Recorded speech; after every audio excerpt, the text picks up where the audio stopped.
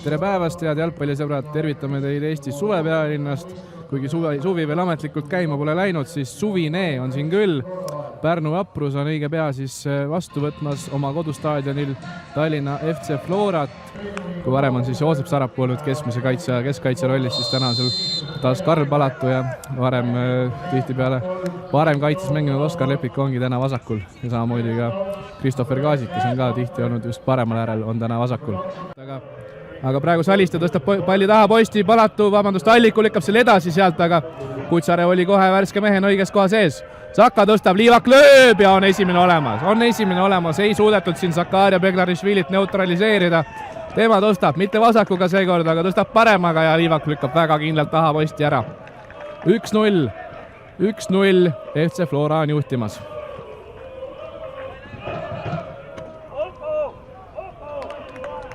Gert Kamps kaptenina käis siin ka küljejoone ääres, andis patsu Jürgen Lorentsile, kes siin kõnnib koos arstiga riietusruumi suunas ja tundub, et võtab Poom selle endale, Poom söödab Kamsile, Kams jätkab Sakale, Saka lööb ja milline värav, milline kombinatsioon ja milline värav tõesti. Ei suudeta seda Grusiini siin neutraliseerida. Suurepärane kombin ja alla nurka ära, Richard Alandil ei ole mitte midagi teha.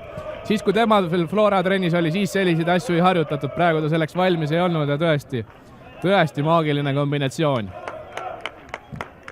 28. minutil siis lööb Flora oma teise ära ja poomib palli vasakule, Saliste. Tuleb ka Aaloja appi, Sakale löögi peale, Saka mängib kuidagi edasi Allikule ja Alliku lööb ära. Võib-olla läheks ikka söödupunkt taas Grusiinile, ei tea, aga Alliku pärnakas lööb Pärnule. Ja tuleb neid väravaid, no teeme klassikat, nagu seini pärast vihma.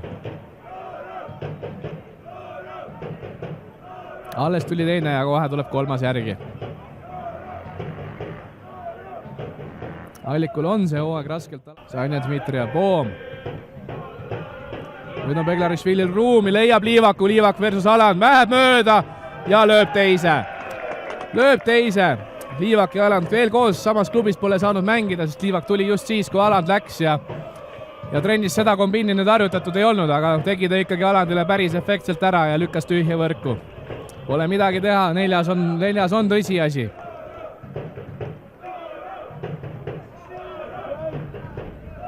Selle hooaja esimeses tuli 5 kokku, no vaatame, kas suudab.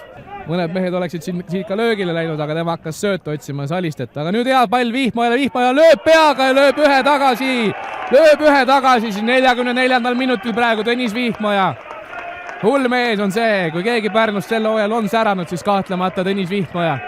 Tihti lööb ta jalaga, aga nüüd proovis ka peaga ja väga õnnestunult üle Mait Toome selle palli tõstis. No nii, 1 on olemas, 3 veel.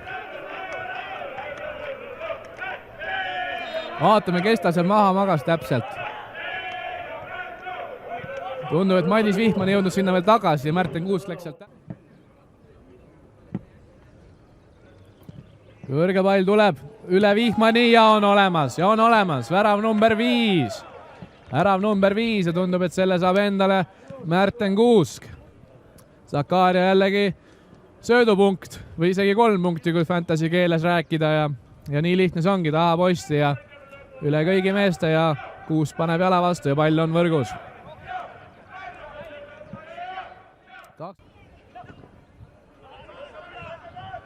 Ja Sarapult nüüd vale arvestus ja Saka saab jooksma. Leiab kõrvalt. Järvelaid lööb ja tuleb number 6 ära. See kõik algas sellest Sarapuu Pärnu kapteni eksimusest, kus ta palli alt läbi hüppas ja Saka lükkas kõrvale ja tundub, et värava sai kirja Henri Järvelaid 72. minutil. Suurt juubeldamist ja pidu siin Flora leerist praegu ei ole, sest asjad on juba selged, aga kindlasti tahetakse siin peatreener Jürgen Hennile muljet avaldada, eriti just pingimehed. Saliste jõuab pallini ja Saka lööb oma teise, 2+5. 2 väravat, 5 söötu ja 7 väravat Floral kokku, no vägev. Joosep Salistele nüüd siis söödupunktid tulid ja 80 minutit mängitud, 7 väravat. Pärnul on raske, aga ei ole midagi teha. Nagu kuulete, siis Pärnu võitleb lõpuni. Vähemalt nii nende fännid loodavad ja ma usun, et seda ka nende meeskond platsil näitab vähemalt lootuse märke välja. Eelmisel aastal paaris kohas oli siuke tunne, et kas üldse midagi.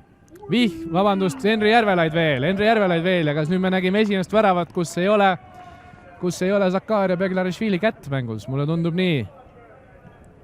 7 väravat on Zaka läbi siit kuidagi tulnud, aga nüüd võtab Järvelaid ise ette ja lööb ära ja kellelegi söödupunkt läheb, aga kindlasti mitte Grusiinile. Ja täpselt 90 minuti täitudes Joonas Jaanovits selle mängu lõppenuks vilistab 8-1 Florale.